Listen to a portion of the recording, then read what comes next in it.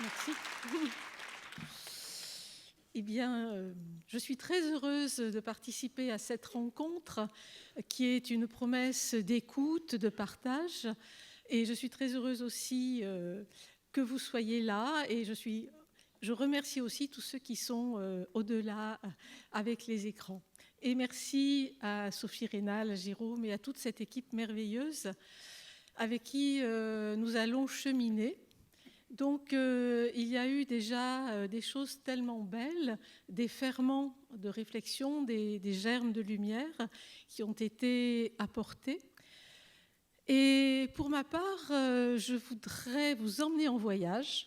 Donc, je vais vous emmener vers l'Orient, dans les montagnes du Cachemire, donc dans un ailleurs dans le temps et dans l'espace, mais qui, je l'espère, nous apparaîtra extrêmement intime, puisqu'il parle en fait de l'expérience humaine, de la recherche, de la découverte, espérons-le, et comment faire justement ce chemin d'éveil, comment cheminer avec des êtres qui connaissent déjà les chemins de montagne les plus escarpés et qui peuvent nous aider, alors à travers des témoignages, des paroles qui vont parsemer nos sentiers abrupts, mais ces paroles, il ne faut pas justement les percevoir comme des manuscrits anciens, poussiéreux, mais comme des expressions vivantes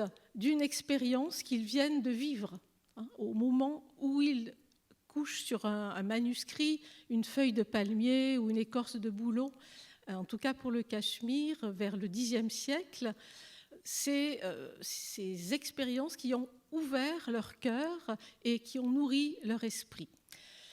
Je pourrais ajouter que nous devrions être pleins de gratitude pour ces textes, car en réalité, ces êtres, ces femmes, ces hommes, ces yogis, ces yoginis qui ont vécu ces expériences auraient pu très bien, au sein de leur plénitude, rester dans cette expérience de non-agir, en savourant ce qui venait de leur apparaître, mais ils ont choisi, très souvent d'ailleurs sous l'impulsion de disciples, qui voulaient en savoir plus et qui voulaient en garder trace, ils ont donc choisi de les consigner sous forme de paroles. C'est ce que l'on a, mais ça peut être aussi sous forme de musique, de peinture, de danse, etc. Alors, ou de silence, bien sûr, comme Audrey nous l'a fait vivre.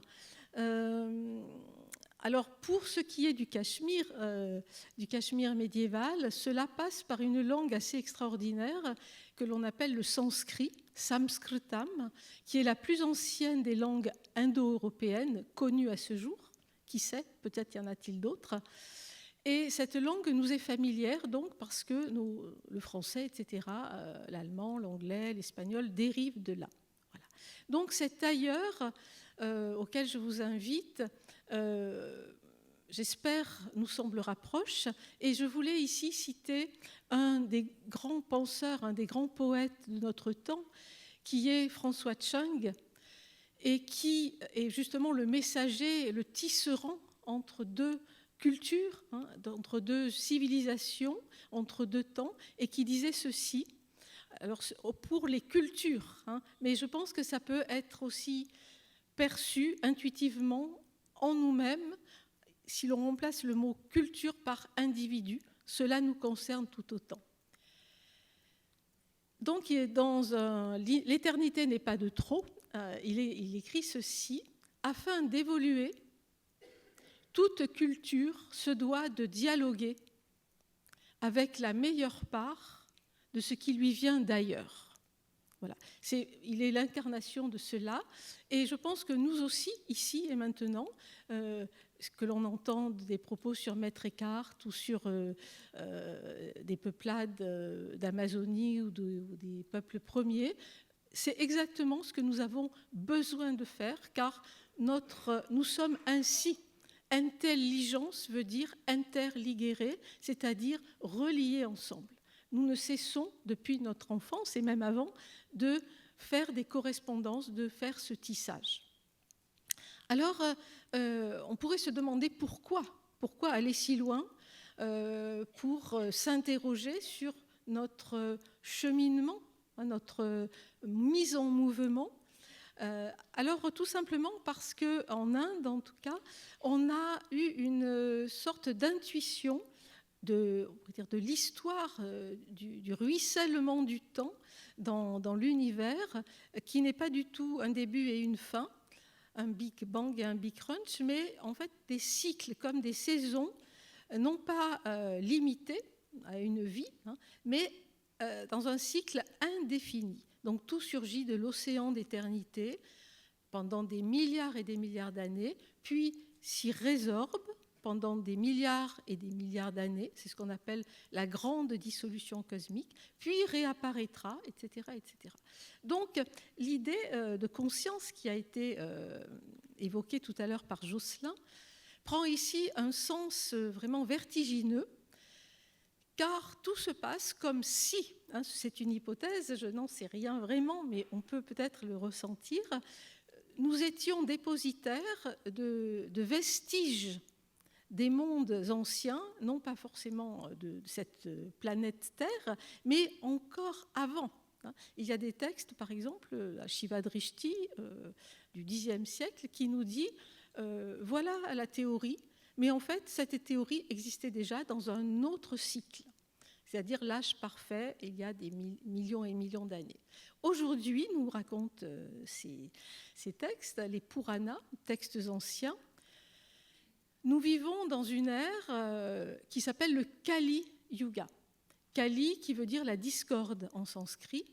Et il y a des descriptions tout à fait fascinantes, et même, je dirais, prémonitoires. Donc, non seulement de dérèglements climatiques, de cataclysmes, de désordres politiques, de désordres sociaux, etc., etc. Bon, je ne vais pas vous faire peur, mais donc, ce qui peut, je ne sais pas si c'est une consolation, mais cette ère a commencé le 18 février 3102 avant notre ère et s'achèvera dans 450 000 ans. Donc, on a encore un peu d'horizon devant nous. Et en attendant, que faire ? Donc, on sait finalement qu'à minuit du dernier jour du Kali Yuga, avec cette confusion, cette lutte, ces troubles grandissants, car tout va s'accélérant, eh bien, il y aura une dissolution qui, en tout cas, à moins que ce soit le dernier des Kali Yuga, mais fleurira dans une nouvelle aube appelée Krita Yuga, une aube parfaite. Et ainsi, ce qui est absolument paradoxal, c'est que dans ce moment de trouble, les plus grands films catastrophes ne sont rien à côté, eh bien, il y a aussi une accélération de la potentialité d'éveil. C'est-à-dire que c'est, comme dit Hölderlin, le poète Hölderlin, dans le péril croit ce qui sauve. Et donc, il est dit dans des textes, par exemple par le grand sage Vyasa, qui a écrit le Mahabharata, etc., que dans l'âge parfait, il y a bien longtemps, il fallait 10 ans à un sage vraiment ardent pour s'éveiller. Dans l'âge suivant, qui est un peu moins parfait, mais encore quand même très harmonieux, il fallait 1 an. Dans le 3e, juste avant le Kali Yuga, 1 mois. Mais dans le Kali Yuga, 1 nuit suffit. Voilà, alors je vous souhaite bonne nuit. J'espère que... Voilà. Donc l'idée, si vous voulez, ce qu'il faut retenir, c'est qu'on ressent dans le tantra, et c'est pour ça que l'on parle du shivaïsme du Cachemire, non dualiste, qui évolue à peu près entre le 8e siècle de notre ère et le 14e, mais qui est encore vivant aujourd'hui sous certaines formes. On évoque le tantra. Or, le tantra est une nouvelle vague de révélation après le Veda qui a commencé en 2000 avant notre ère. Et le tantra, justement, est adapté à cette ère et il met en œuvre un principe qui est évidemment déjà existant, mais qui est dans l'univers et qui est aussi dans le microcosme et en toute chose, qui est la Shakti.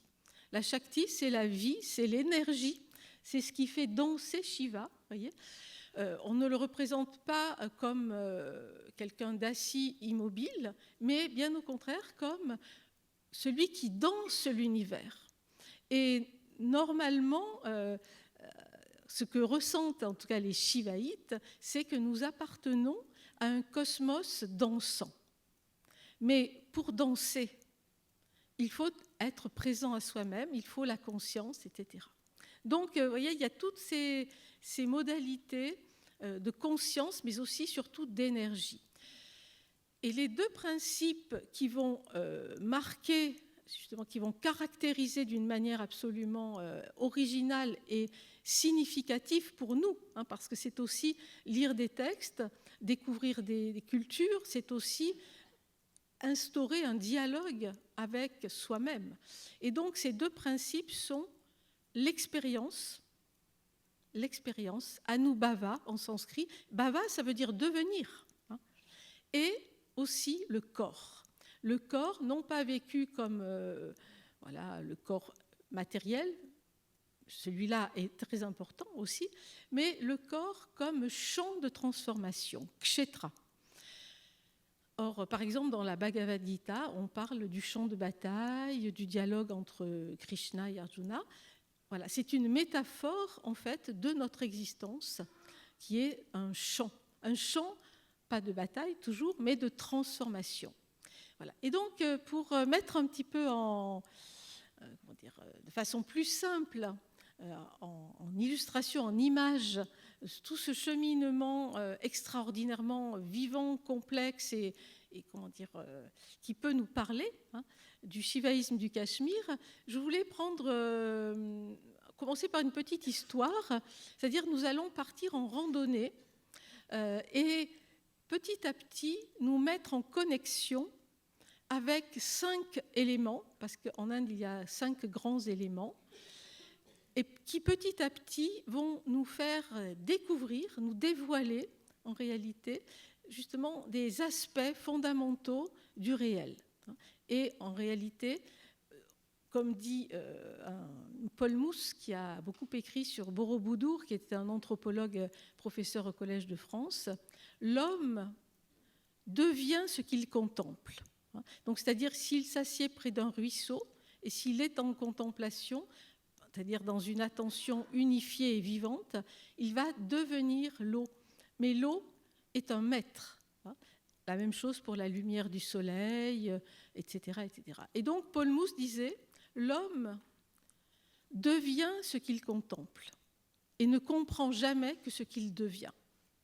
Voilà. C'est-à-dire que, résumé autrement, on pourrait dire, il faut comprendre pour pratiquer et pratiquer pour comprendre. Voilà, donc partons en voyage sur les chemins. Donc tout d'abord, imaginons que notre randonneuse ou notre randonneur, voilà, a une intention justement d'arpenter la montagne ou la forêt, comme Henri David Thoreau, c'est-à-dire qu'il quitte un état et il se met en déséquilibre permanent, comme la marche est un déséquilibre permanent. Il faut quitter pour découvrir. Et la première connexion donc, qui se réalise, c'est la connexion avec la terre, parce que c'est sur la terre que nous prenons notre élan, hein, pour sauter, pour marcher. La terre avec toute sa profondeur, hein, qui n'est pas une surface plane. Et c'était Rilke qui disait ceci, Dieu nous attend où sont nos racines. Donc la racine, la terre, c'est vraiment le socle, hein, qui va nous permettre d'avancer pour ne pas être dans une confusion flottante. Et donc, ce qui caractérise en fait le départ, vous le savez toutes et tous, d'une randonnée, d'une exploration, c'est l'ardeur. Et cette ardeur a été extrêmement chantée, célébrée dans ces textes du Cachemire, comme la première énergie de la conscience. Alors, qu'est-ce que la conscience ? On va le découvrir petit à petit. Mais il faut s'attacher justement à cet élan. Et pour cela, je voulais vous lire un tout petit passage de Kshemaraja, qui parle des stances sur la vibration, car pour ces grands mystiques, philosophes, et plus que ça, en fait, la conscience, il faut peut-être le dire d'abord, est une pulsation. C'est ce qui fait qu'elle est toujours nouvelle. Et elle est comme justement un scintillement sur le lac qui reflète la lumière. Et la conscience n'est pas un faisceau, mais la conscience est un océan infini, un espace irradiant. Et si je vous dis le mot prakasha, ça sonne comme kash, la lumière, pra, qui se diffuse. Ce qui correspond tout à fait à ce que Jocelyn nous a expliqué tout à l'heure, une lumière mais qui n'est pas physique, qu'on ne peut pas mesurer. Ainsi, dit Kshemaraja, celui qui est toujours ardent, udyukta, c'est-à-dire cet élan, à discerner la vibration de la vie, accède sans attendre à sa nature innée, même dans les activités quotidiennes. Voilà. Donc on suit le sentier, disons que cette randonneuse ou ce randonneur part en compagnie d'Abhinavagupta ou d'autres maîtres, Chuang-Tzu, peut-être Maître Eckhart, pourquoi pas, et elle ressent ce que nous pouvons ressentir, cette énergie qui monte de la terre vers le ciel et aussi qui descend du ciel vers la terre. Nous sommes un brassage de toutes ces énergies.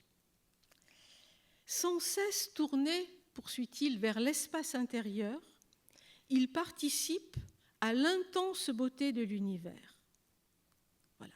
Donc ça, c'est le premier secret peut-être, qui est celui de souffler sur la braise de la motivation qui nous met en vie, qui nous met en mouvement. Et aussi, en même temps, ce n'est pas velléitaire, c'est de se laisser porter par cette énergie comme un printemps afflue dans les fleurs, dans les feuilles des arbres. Donc se laisser porter par l'élan et s'inscrire dans le monde. Puis, après avoir cheminé ce joli petit cortège, eh bien, s'avise d'un cours d'eau, d'un torrent, d'une source, et il s'assied près de la source. Et là, donc, ils vivent, ils deviennent le jaillissement de la source, le ruissellement, le murmure, mais pour quelqu'un qui est vraiment centré, ce n'est pas juste un objet, la source n'est pas un cela, la source est un tu, je et tu. La source lui parle, et peut-être parle-t-il aussi à cette source.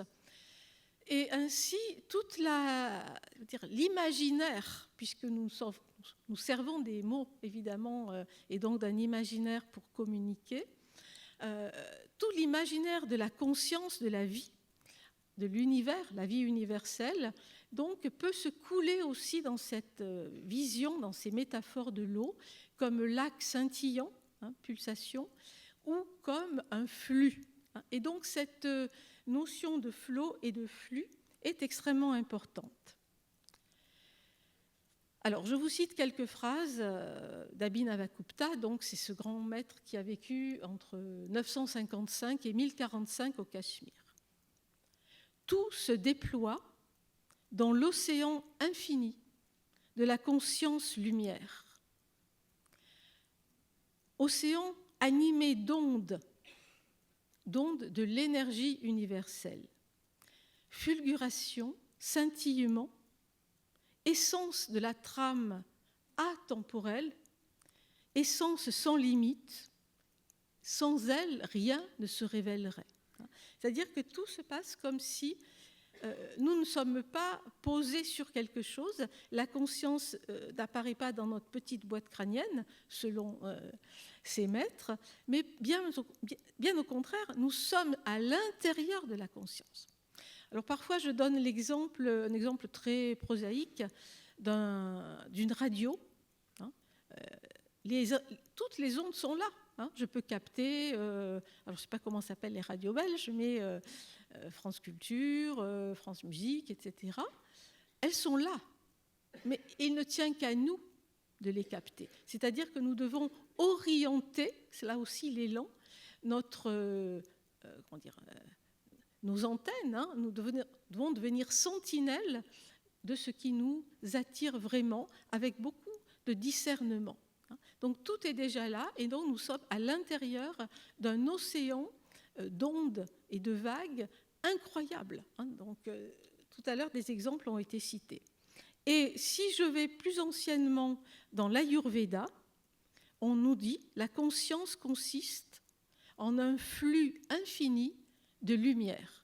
Alors, encore une fois, ce n'est pas la lumière physique, mais c'est la conscience se met en lumière. Donc, on utilise cette métaphore. On aurait pu utiliser celle de la musique, comme nous venons de le vivre. Nous sommes une mélodie qui s'intègre. La mélodie est un flot aussi, rythmé, un ruissellement. Et donc, nous pouvons nous intégrer dans la symphonie cosmique. Donc ça, ce sont des images aussi qu'utilise Rilke. Mais l'eau nous enseigne aussi qu'il faut toujours tout quitter, tout abandonner. L'eau, il y a l'eau stagnante, bien sûr, mais il y a l'eau courante. Et donc, cette idée d'abandon, de lâcher prise, est vraiment un ferment aussi d'enseignement. Et je me suis souvenue d'un texte absolument magnifique qui est le Yoga Vasishta, qui avait été traduit entre autres par Alain Porte, et qui raconte l'expérience d'une princesse qui s'appelle Tchoudala. Et Tchoudala a compris en fait, parce que son mari, qui est un roi, elle est une reine, a tout quitté pour aller vivre loin dans une grotte, et c'est elle qui gère. Et donc, elle essaie de comprendre ce qui se passe. Au tout début, elle dit à son mari, mais c'est pas la peine de partir si loin, enfin, tu es un champ de transformation. Et je vais vous raconter un petit dialogue qui est entre eux. Alors, tournée vers l'intérieur, jour après jour,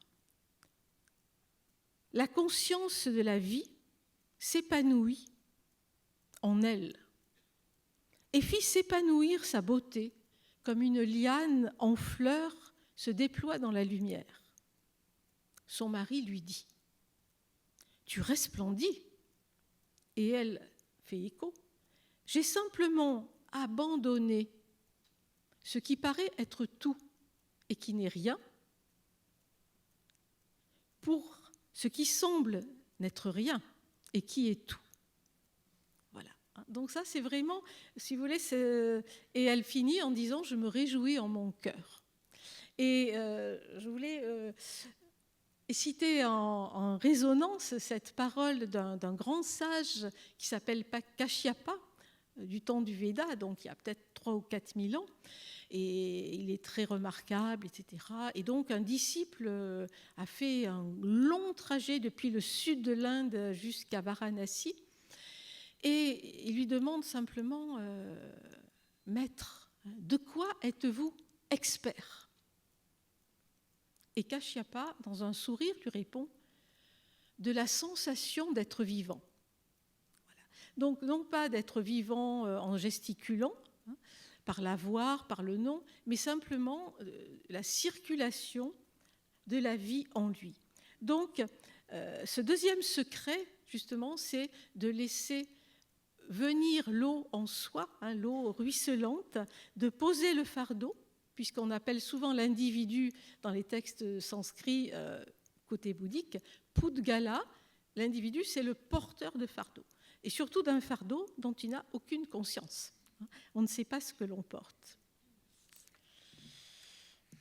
Voilà. Et le chemin se poursuit dans la randonnée, plus que jamais allégé d'un fardeau joyeux et attiré par la nouveauté.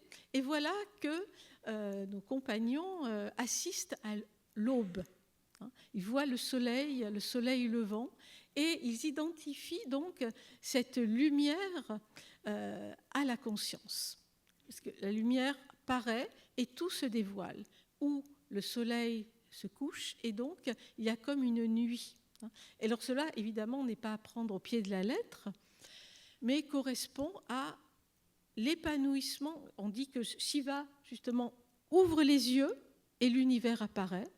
Il suffit qu'il ferme les yeux et tout se dissout. Donc, pour nous aussi, en fait, ça se passe comme ça.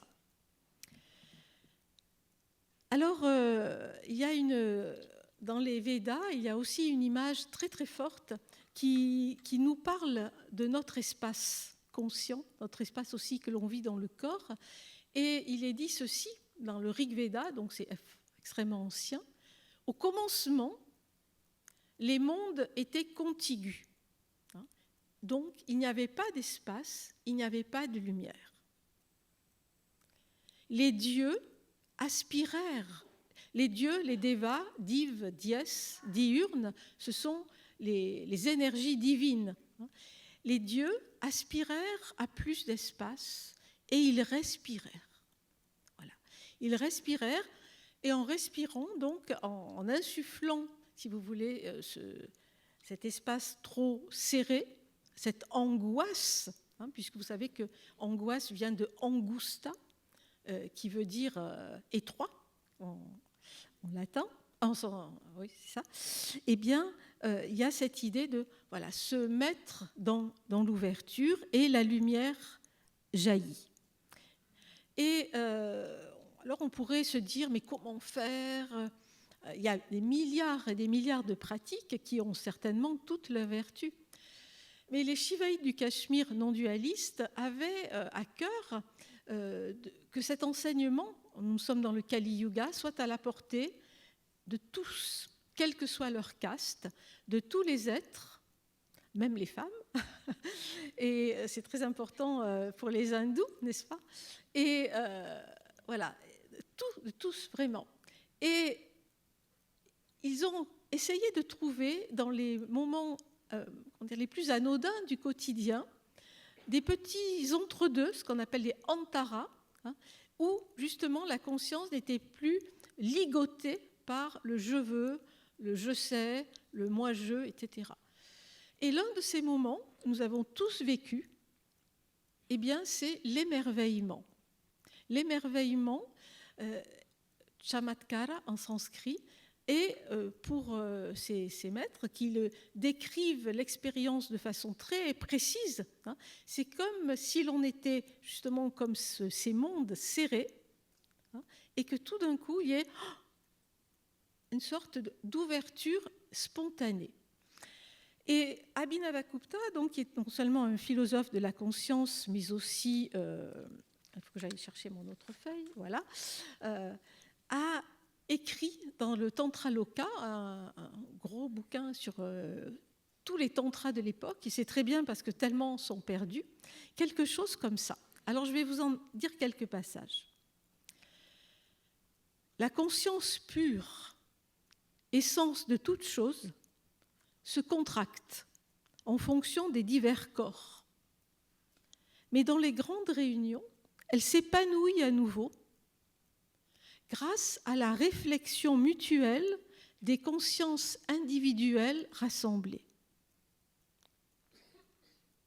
La masse des rayons de notre propre conscience effervescente vient alors se refléter dans celle des autres comme en autant de miroirs. Elle s'y enflamme, elle s'y embrase et accède alors sans effort à l'universalité. La conscience qui en chacun est gorgée de félicité accède ainsi à l'unité en présence d'un concert, de la danse, etc. Et elle goûte la plénitude. Et tout motif à se contracter, comme l'envie, la jalousie, est alors absent. Épanouie, libre de tout obstacle, elle s'unit à la félicité. Voilà. Bon, en fait, donc le texte continue, mais dans d'autres passages, comme dans le Vijnana Bhairava, par exemple, il est question de tous ces moments qui sont un peu hors du temps, comme cette ouverture de l'émerveillement, où on n'en a pas du tout, où ne se faufile aucun sentiment négatif. Si, comme disent ces textes, on s'y plonge, on s'y émerge, on devient un avec ces états, au lieu de passer tout de suite à autre chose, alors, eh bien, on connaît la réalité. On ne devient un avec ce spanda, avec cette vibration universelle. Pourquoi ? Pas parce qu'on l'attrape, mais parce qu'on élimine tous les parasites. Voilà. Toutes les gangs, parce qu'il y a aussi cette vision de l'être humain comme une superposition de cuirasses, de gangs, la gang du moi, la gang du temps, la conception du temps, comme le dit Maître Eckhart, la gang aussi du savoir, qui est un savoir limité. Donc, tout ça, c'est vraiment des choses très importantes. Et ce qui se passe alors, c'est que l'infini s'engouffre dans le fini. Et ce troisième secret, révélé peut-être par l'aube, la lumière, etc., c'est que l'infini est dans le fini. Nous pouvons le redécouvrir. Et il y a aussi un très beau passage plus concret qui consiste alors à voir l'infini, à voir la beauté, même justement dans la peine, dans des choses abîmées. Et il y a un moine orthodoxe qui s'appelle Anthony Bloom, qui a écrit un petit texte superbe, dont je vais ne vous lire qu'un passage, qui s'appelle « L'icône endommagée ». Donc, voilà. Je vais vous lire juste 2 passages. « À moins de regarder une personne et de voir la beauté en elle, nous ne pouvons l'aider en rien. On n'aide pas une personne en isolant ce qui ne va pas chez elle, ce qui est déformé. » Donc je passe un petit peu. « Mais si l'on nous donnait une icône endommagée par le temps, par les événements, nous la traiterions avec tendresse, avec révérence, le cœur brisé. C'est à ce qui reste de sa beauté, et non ce qui en est perdu, que nous attacherions de l'importance. Ainsi, nous devons apprendre à agir envers chacun. » Voilà donc ce troisième secret, découvrir par l'émerveillement et la lumière ce qui est la valeur de notre. Il y a ensuite le souffle, le vent. Et le vent est une expérience de l'unité, on le sait bien avec les pratiques du yoga, où notre souffle est un perpétuel tissage. J'inspire la poussière des étoiles, j'expire, et donc ce souffle, ce prana, est un tissage non seulement macrocosmique, qui tisse entre elles toutes les constellations, qui fait s'embraser le feu, surgir les ruisseaux, etc. Mais c'est en nous aussi le souffle qui est comme un chef d'orchestre, disent les textes de l'Ayurveda, de médecine ancienne de l'Inde. Et donc c'est le souffle qui régit tout. Et ainsi, l'idée, c'est l'approche de l'un, de l'unité. Il y a quelque chose de très important que ce matin a été évoqué, c'est l'idée de liberté. Donc le souffle, le vent, nous avons tous envie de nous envoler comme des oiseaux. Et un jour, Marina Tsvetaeva, cette magnifique poétesse russe qui échangeait avec Rilke des correspondances, dit ceci: « Mais nous avons des ailes. Mais les ailes ne sont liberté que si nous les déployons pour voler. » Voilà, cette idée justement de se permettre l'envol. La terre nous a appris à être ardents, le fleuve, le ruisseau à laisser être, à se laisser porter, le feu à voir l'infini dans le fini, et le souffle justement à avoir cette énergie, cette audace de déployer ses propres ailes. Et enfin, le 5e élément, peut-être ils en ont conscience en arrivant à la cime de la montagne, c'est Akasha, l'espace. Et dans le mot Akasha, il y a l'irradiation Kasha, de la lumière. Alors c'est un autre regard que l'on découvre ici, et c'est le regard d'un tout, sarva. Sarva. On croit que c'est tout quand on ne fait que regarder le dictionnaire, ce qui est extrêmement insuffisant. Il faut goûter, il faut savourer les mots, et c'est en se référant à l'étymologie très souvent qu'on découvre cela. Moi-même, je ne l'ai pas découvert le premier jour où j'ai ouvert mon dictionnaire. La racine du tout, sarva, c'est sri. Et sri, c'est aussi l'idée d'un ruissellement, c'est-à-dire que ce tout, cet espace infini, est irrigué, en fait, de ruisseaux d'énergie, si vous voulez. Il faut voir ça comme un tout hydrographique à l'intérieur duquel nous sommes tissés. Donc ce n'est pas un tout figé, statique, mais c'est un tout vivant où tout est en interconnexion, comme l'exprime cette très belle métaphore du treillis d'Indra. Un jour, c'est un disciple aussi qui voulait connaître l'essence du réel. Et donc, il demande à plusieurs bodhisattvas, et finalement, Maitreya, qui est aussi le Bouddha de la compassion, lui dit « Viens, allez ». Ils s'envolent, ils déploient leurs ailes, et ils vont jusqu'au paradis d'Indra, qui est un dieu védique aussi. Et là, ils voient, un peu comme ici finalement, un treillis, un maillage de milliards et de milliards de petites perles, taillées chacune avec 1000 facettes. Et chaque facette renvoie à toutes les autres. Voilà. Donc ça, c'est vraiment la conception de l'espace, non seulement cosmique, mais de l'espace de la conscience, où notre radio serait celle qui contient des centaines de milliards de neurones, de synapses, de la même façon qu'il y a des centaines de milliards de constellations dans l'univers. Voilà, donc c'est la notion de cœur-conscience qui est un miroir-flamme. Vous vous rappelez de cette très belle métaphore. Voilà, et donc le 5e secret, c'est de danser avec l'harmonie, de danser avec le chaos, de se sentir comme un tout fluide dans une immensité où tout est en être interconnexion, où tout se parle, parce que l'eau nous parle, le feu nous parle, la terre, etc. Alors le secret des secrets, c'est peut-être qu'il n'y en a pas.